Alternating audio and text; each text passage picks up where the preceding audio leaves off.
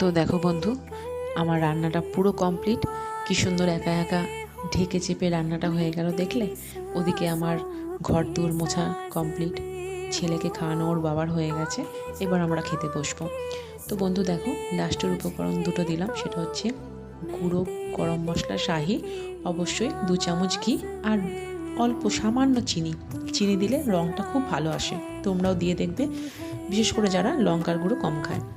তো এখন বন্ধু ভাত বেড়ে নিচ্ছি, খুব খিদেও পেয়ে গেছে, আজকে রান্নাটা হতে একটু বেলা হয়েছে। তো দেখো বন্ধু, কত সুন্দর রং এসছে, খেতে বন্ধু দুর্দান্ত হয়েছিল। কি বলবো, তোমরা এরকম উপায় করে দেখবে, সহজে একদম অল্প সময়ের মধ্যে। তোমাদের গ্যাসের সামনে দাঁড়িয়ে থাকতে হবে না, ঢেকে রেখে দেবে, একা একাই কিন্তু রান্না কমপ্লিট। তো এইরকমভাবে একবার বন্ধু খেয়ে দেখো। আর আমাদের মতন বন্ধু তোমরা কে কে মাংসের আলু খেতে ভালোবাসো বলো। ওই দেখো বাবু খাওয়া হয়ে গেছে কিন্তু।